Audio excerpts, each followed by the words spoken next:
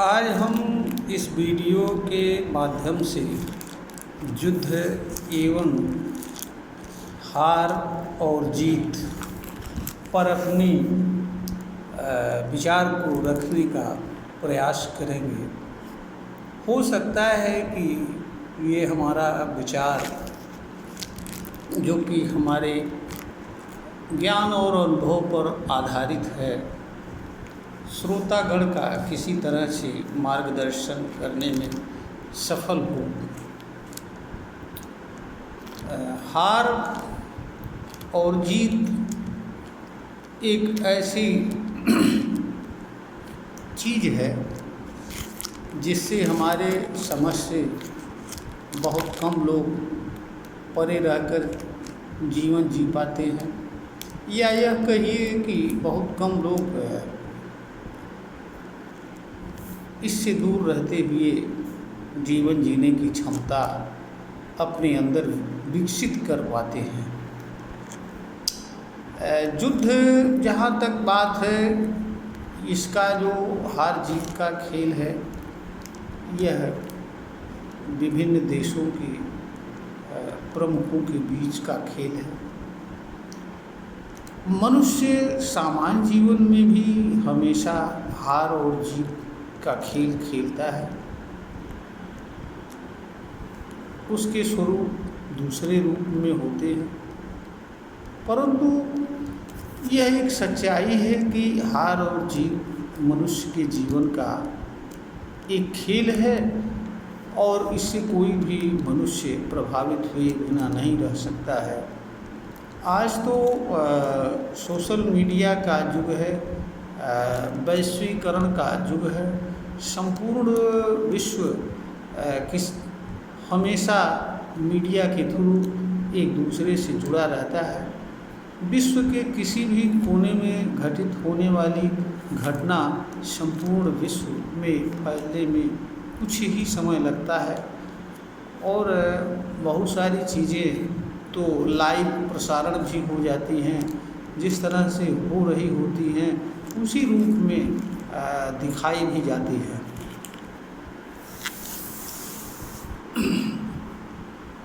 युद्ध मानव जीवन का एक असामान्य सी स्थिति का हिस्सा होता है। सामान्यतया कोई भी मनुष्य इसे पसंद नहीं करता, स्वीकार नहीं करता है, परंतु फिर भी यह मानव जीवन में अपनी जगह बनाकर बैठा रहता है और किसी न किसी रूप में चलता रहता है।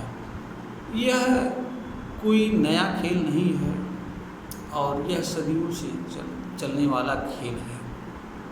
अगर हम हार जीत को समझने से पूर्व पहले यह जान लें इसके कारण, तो जो युद्ध का जो कारण होता है उसका मुख्य कारण अहंकार होता है। अहंकार एक मनुष्य को दूसरे मनुष्य के रूप में स्वीकार करने नहीं देता है। इसी तरह से एक राष्ट्र के अध्यक्ष को दूसरे राष्ट्र के अध्यक्ष एवं उसकी जनता को स्वीकार नहीं होने देता है। इसके कारण मनुष्य के भीतर प्रभुत्व की भावना जागृत होती है, विचार जागृत होता है, और दूसरों पर प्रभुत्व की भावना के माध्यम से दूसरों पर शासन स्थापित करने, दूसरों को अपने अधीन करने का विचार आता है। और इन्हीं विचारों के कारण मनुष्य के भीतर विस्तारवाद का भी विचार आता है। कोई विचार सीधे तौर पर नहीं आता है, हर विचार मनुष्य के भीतर किसी न किसी कारण से आता है, और एक विचार से पुनः दूसरा विचार और उससे फिर पुनः दूसरा विचार, इस तरह से विचारों की एक श्रृंखला मानव जीवन में उत्पन्न होती है। और फिर मनुष्य विचार की डोर से इस रूप में बंध जाता है कि फिर उसके बाहर निकलना उसके लिए एक असंभव सा कार्य हो जाता है। और यह ऐसा लगता है कि जैसे शायद विचार से बाहर मनुष्य के जीवन की कोई दुनिया नहीं है। और इसी कारण से मनुष्य विचार के घेरे में रहता हुआ उसके अधीन या उसके अनुसार किसी न किसी रूप में जीवन जीने के लिए विवश होता है। यह भी जो युद्ध के कारण है वह इसी तरह के कारण है। मनुष्य जो युद्ध के कारण तो दृष्टिगत होते हैं विस्तारवाद। विस्तारवाद दो तरीके का होता है। एक विस्तारवाद होता है क्षेत्र का और दूसरा विस्तारवाद होता है आस्था और विश्वास का। और तीसरा जो स्वार्थ होता है या कोई तात्कालिक कारण कोई घटना घटित हो जाए जिसके कारण कोई सहन न कर सके और जो है युद्ध प्रारंभ हो जाए।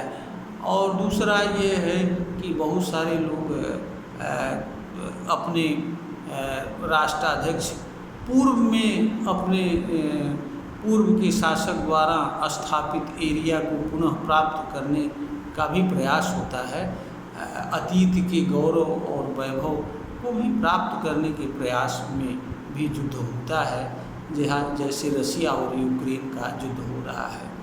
इसी तरह का मिलता जुलता युद्ध जो है हमास और इजराइल के बीच हो रहा है। परंतु अगर ईमानदारी से देखा जाए तो इन युद्ध का कोई परिणाम अस्थायी नहीं निकलता है। तत्काल रूप में जो युद्ध होते हैं एक पक्ष मजबूत रहता हो जाता है और एक पक्ष कमज़ोर पड़ जाता है। कमज़ोर पक्ष भाग खड़ा होता है, उसकी हार हो जाती है और मजबूत पक्ष तत्काल विजय पा जाता है, जीत जाता है। इस तरह की बात आती है। परंतु यह जो हार और जीत का सिलसिला है ये किसी युद्ध के खत्म होने मात्र से खत्म नहीं होता है, क्योंकि इसके विचार जो है और जो कारण है वह दोनों पक्षों के अंदर विद्यमान रहते हैं। पुनः स्थिति में बदलाव होने पर हारे हुए पक्ष द्वारा जीते हुए पक्ष पर आक्रमण किया जाता है और युद्ध होता है। इस तरीके से निरंतर किसी न किसी रूप में युद्ध चलता रहता है। मानव के व्यक्तिगत जीवन में भी या सामान्य जीवन में भी इस तरह की बातें चलती रहती हैं। एक मनुष्य दूसरे मनुष्य को किसी न किसी रूप में पराजित देखना चाहता है, अपने से छोटे रूप में देखना चाहता है, ये दिखाने का प्रयत्न करता है कि मैं श्रेष्ठ हूँ, मैं ज़्यादा बुद्धिमान हूँ, दूसरे लोग कमज़ोर हैं और दूसरे लोगों को हमारी बातें मान लेनी चाहिए क्योंकि जो मैं कह रहा हूँ वही सही है और उसी में दूसरे लोगों का कल्याण है। इस तरह की बातें ही प्रतिक्रिया को जन्म देती है और क्रिया और प्रतिक्रिया से संघर्ष का जन्म लेना एक स्वाभाविक सी बात है। ईमानदारी से देखा जाए तो कोई हारता है न कोई जीतता है। युद्ध का परिणाम हाँ किसी के पक्ष में चला जाता है और वो तत्काल जीत जाता है, चाहे अपना एरिया विस्तार कर लेता है अथवा अपनी बात को, अपने शासन व्यवस्था को, अपनी धार्मिक विचारधारा को दूसरों पर थोप देता है।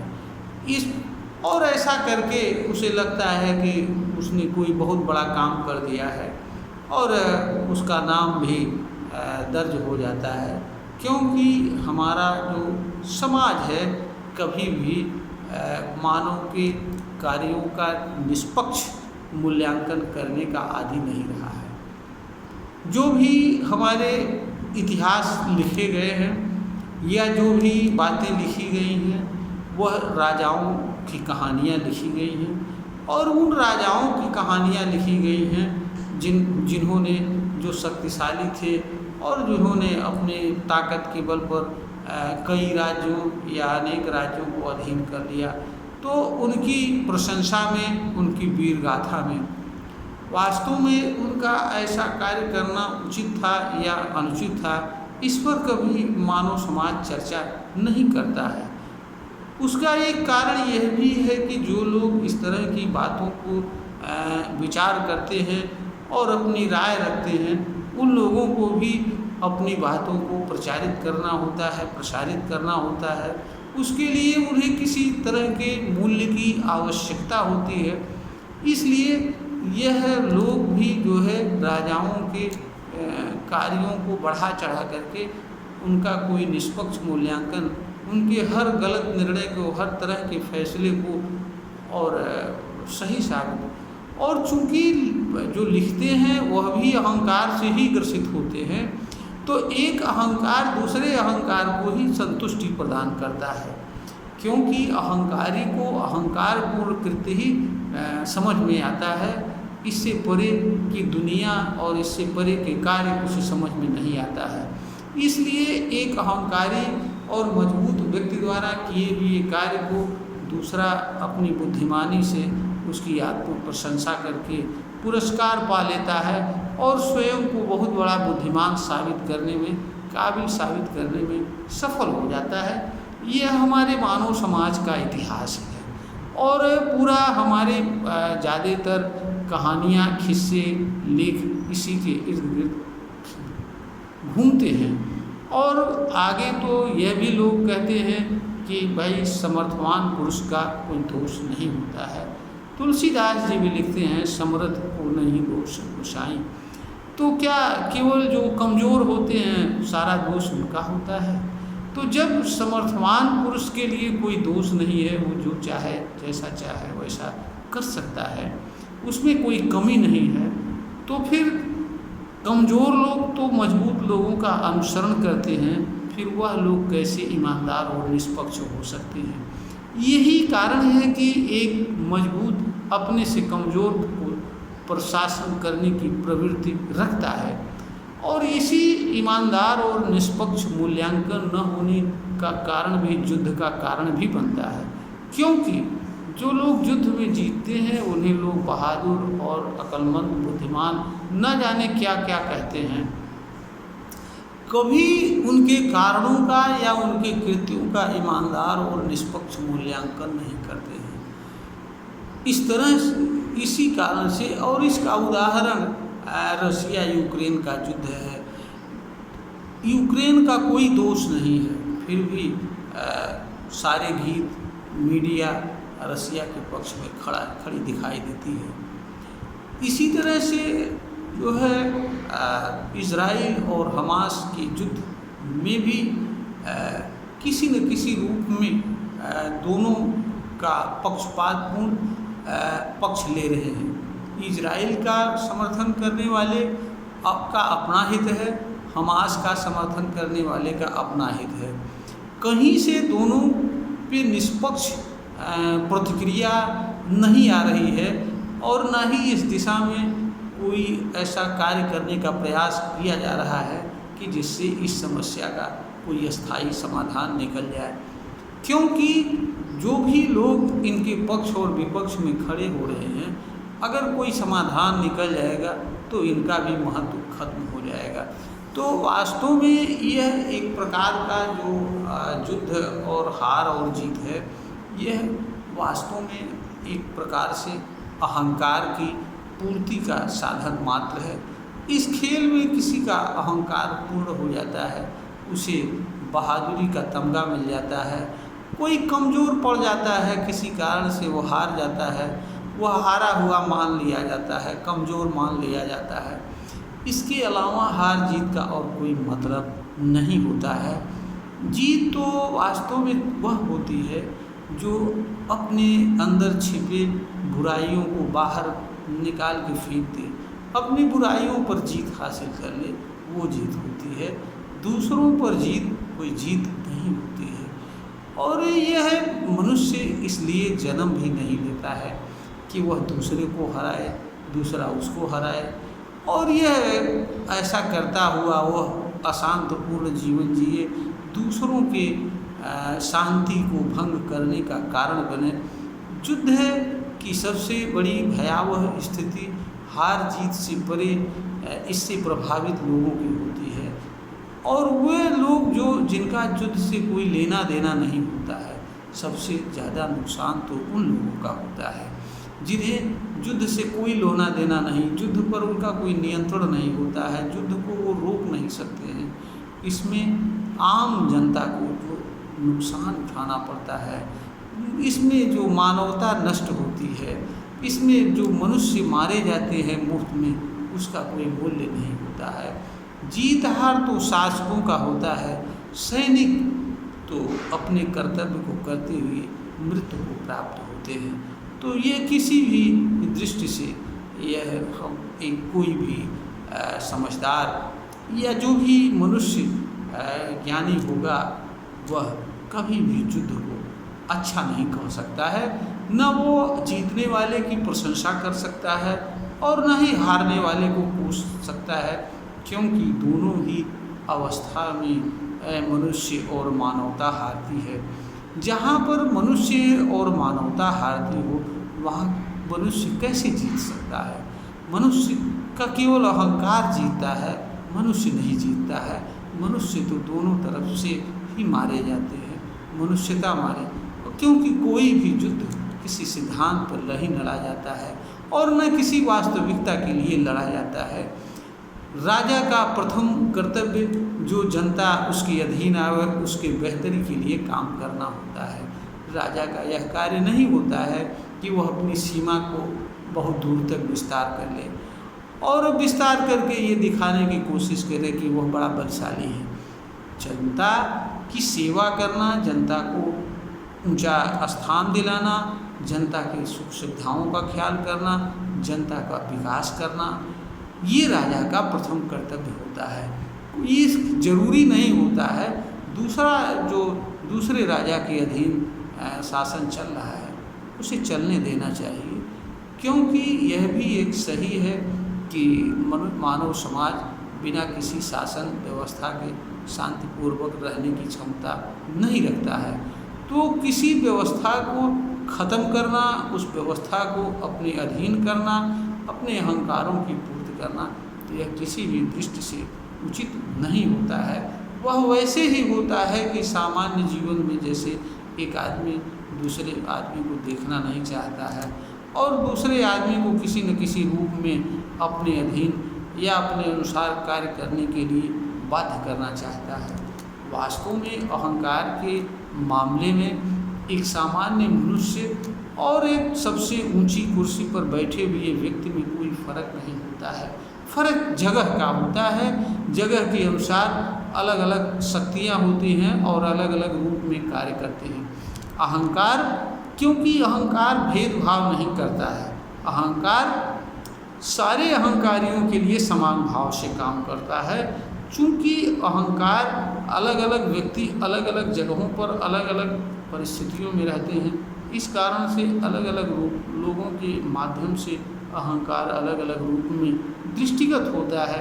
इसलिए बहुत सारे लोगों को ऐसा लगता है कि कमज़ोर जो है वो निरीह होता है, वास्तव में वह भी उतना ही अहंकार से ग्रसित होता है जितना ऊंचे पदों पर बैठे हुए लोग हैं। और इसीलिए जब उसे भी मौका मिलता है तो वह भी वही कार्य करता है जो ऊंचे पदों पर बैठे हुए लोग कार्य करते हैं। आज इसका उदाहरण हमारे भारतीय राजनीति में स्पष्ट रूप में जो लोग छोटी बिरादरी में जन्म लेते हैं और राजनीति में उच्च जाति के लोगों की तमाम कमियां निकालते हैं, जब उन्हें सत्ता में मिलता है, अवसर मिलता है, तो वह भी ऊंचे लोगों से भी ज़्यादा गलत काम करते हैं और करते दिखाई देते हैं, क्योंकि बेसिक रूप से वह भी उसी अहंकार से ग्रसित होते हैं। तो वास्तविकता में मनुष्य न तो जीतता है न हारता है, सिर्फ जीतता और हारता उसका अहंकार है। इसलिए युद्ध में कोई, जहाँ तक मेरे विचार की बात है, न तो कोई हारता है और न जीतता है, सिर्फ और सिर्फ उसका अहंकार हारता है और जीतता है। यह सिर्फ एक विचारों का खेल है। किसी उन विचारों के माध्यम से कोई जीता हुआ दिखाई देता है, कोई हारा। वास्तव में कोई हारता और जीतता नहीं है।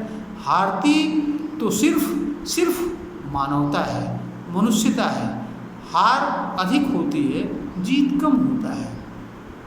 क्योंकि मारे दोनों तरफ के लोग जाते हैं। जो जीतता है उधर से भी मारे जाते हैं, जो हारता है उधर से भी मारे जाते हैं, और जिनका युद्ध से लेना देना नहीं होता है वह भी मारे जाते हैं। बल्कि यह कहिए कि उनकी संख्या और अधिक होती है और उनका कोई आंसू भी पूछने वाला नहीं होता है। वह दर बदर की ठोकरें खाने के लिए विवश होते हैं। तो जहाँ एक तरफ चारों तरफ से हार दिखाई दे रही हो, तो वहाँ पर एक जिसका अहंकार जीत जा रहा हो, उसे जीता हुआ कैसे कहा जा सकता है। और इसीलिए अशोक को जब इस वास्तविकता का ज्ञान हुआ तो उन्होंने शक्ति प्रदर्शन से स्वयं को दूर कर लिया और अहिंसा का धर्म अपना लिया और अहिंसा के अनुसार शासन चलाना प्रारंभ किया। वास्तव में युद्ध कोई विकल्प नहीं है, युद्ध किसी समस्या का समाधान नहीं है, युद्ध हार जीत भी नहीं दिलाता है, सिर्फ अहंकार की पूर्ति का साधन होता है। यह वीडियो हमारे अपने ज्ञान, विचार और अनुभव पर आधारित है। अगर श्रोता को यह प्रतीत होता है कि यह ज्ञानवर्धक है तो इस वीडियो को लाइक करें, हमारे चैनल को सब्सक्राइब करें।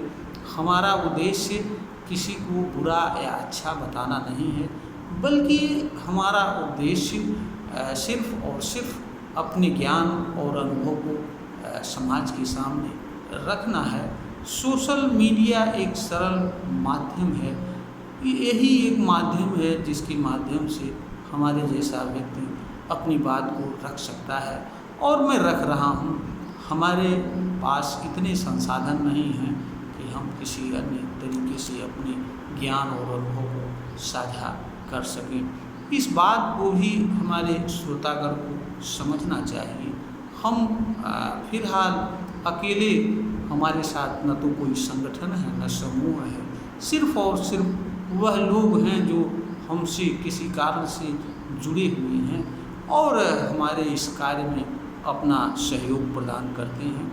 इसी के साथ हम अनुमति अपने श्रोतागण से लेते हैं और पुनः हम अपने सभी श्रोतागण को नमस्कार करते हैं और उनका आशीर्वाद प्राप्त करने की अपेक्षा रखते हैं।